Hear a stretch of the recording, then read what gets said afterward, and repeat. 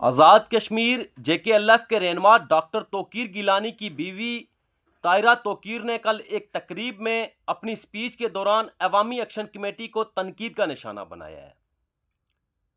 Madam Tahira توقیر فرما رہی تھی کہ جی عوامی ایکشن کمیٹی نے تحریک کے دوران کشمیری قوم کے بچے مروائے ہیں۔ تو میڈم بات یہ ہے کہ کوئی بھی تحریک ہے اس میں جانی اور مالی نقصان ضرور ہوتا ہے۔ جب آپ اپنے حقوق لینے کے لیے روڈز کے اوپر نکلتے ہو، کوئی بھی تحریک ہو، اس میں جانی نقصان بھی ہو سکتا ہے اور مالی نقصان بھی ہوتا ہے۔ آپ کو حقوق پلیٹ میں رکھ کے نہیں دیے جاتے، یا آپ کو آزادی پلیٹ میں رکھ کے نہیں دی جاتی۔ اس کے لیے جانوں کی قربانیاں بھی دینی پڑتی ہیں اور مال کی قربانی بھی دینی پڑتی ہے۔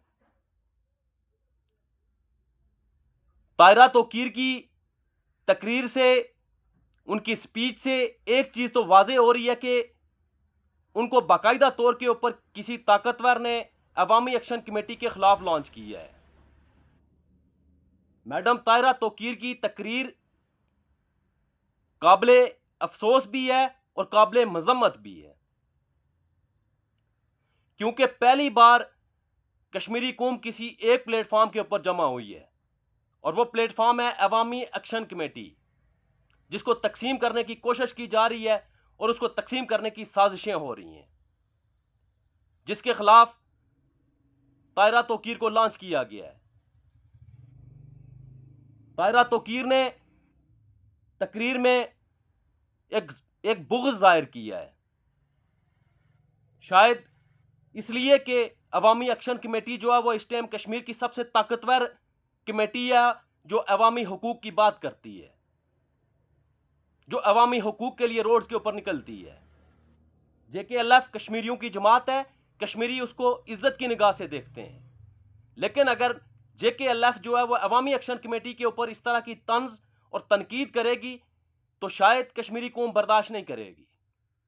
میں ایز اے کشمیری ان کے اس بیان کی، ان کی اس سپیچ کی مذمت کرتا ہوں، کیونکہ میں یہ سمجھتا ہوں کشمیری شہری ہونے کے ناطے کہ کشمیری پہلی بار کسی پلیٹ فارم کے اوپر جمع ہوئے ہیں اور اکٹھے ہوئے ہیں۔ عوامی ایکشن کمیٹی کے ذریعے کشمیری اپنے حقوق بھی لے رہے ہیں اور آزادی کی بات بھی کرتے ہیں، اور شاید یہی وہ پلیٹ فارم ہوگا جو کشمیریوں کو آزادی دلوائے گا۔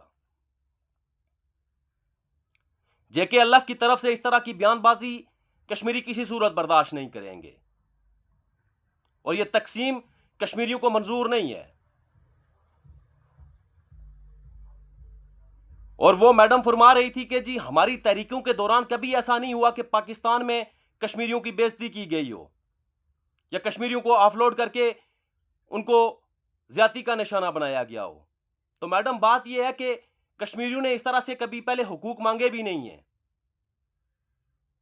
باشمول JKLF کسی نے اتنا سٹیٹ فارورڈ اور دو ٹوک پیغام پاکستان کو نہیں دیا ہے، اور نہ ہی اس انداز میں کبھی حقوق مانگے ہیں۔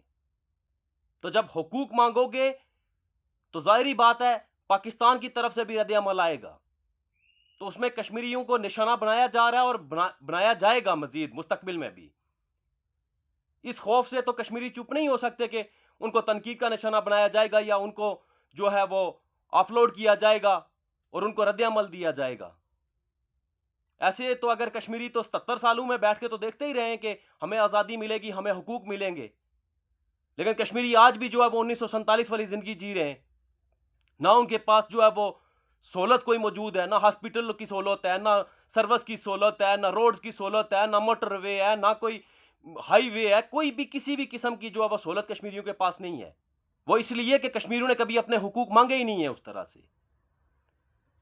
تو اب جب عوامی ایکشن کمیٹی حقوق مانگ رہی ہے تو یہ تو ہوگا، پاکستان کی طرف سے بھی ایسے رد عمل آئیں گے، لیکن کشمیری اب یکجا ہو گئے عوامی ایکشن کمیٹی کے پلیٹ فارم کے اوپر، اور انشاءاللہ کشمیری اب اپنے حقوق بھی لیں گے اور اپنی آزادی بھی لیں گے۔ کشمیر بنے گا خود مختار انشاءاللہ۔ بہت شکریہ۔